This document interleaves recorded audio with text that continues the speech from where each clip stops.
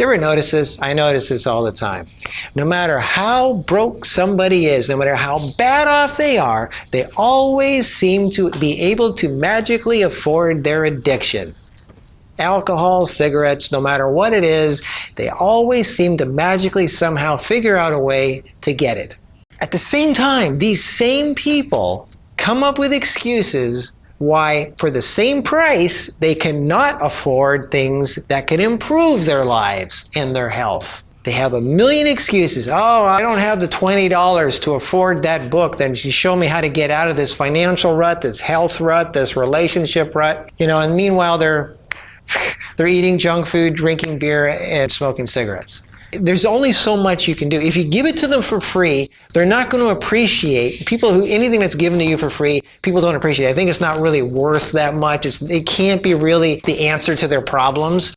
They have to pay something for it. And $20, $30 is too much. I'm going to save up for that. Some way down the road, I'm going to maybe be able to save up so I can buy that thing that tells me how to get out of this rut that I'm in. Meanwhile, they're complaining. And I say this is kind of ironic. What's one of the things that I say it's the healthiest thing you can do is fasting, right? Like stop eating. Don't eat for it. At least skip breakfast and lunch. So how much money are you saving if you don't eat for a day or two? You're saving at least $20, $30. Hell, you could not eat for a day, get healthier, and then get that book that can help show you how to change your life. It's amazing the mental blocks that people have that are stopping them from getting ahead in life.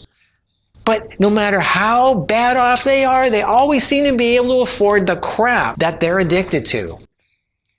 Excuses only take you so far. It's results.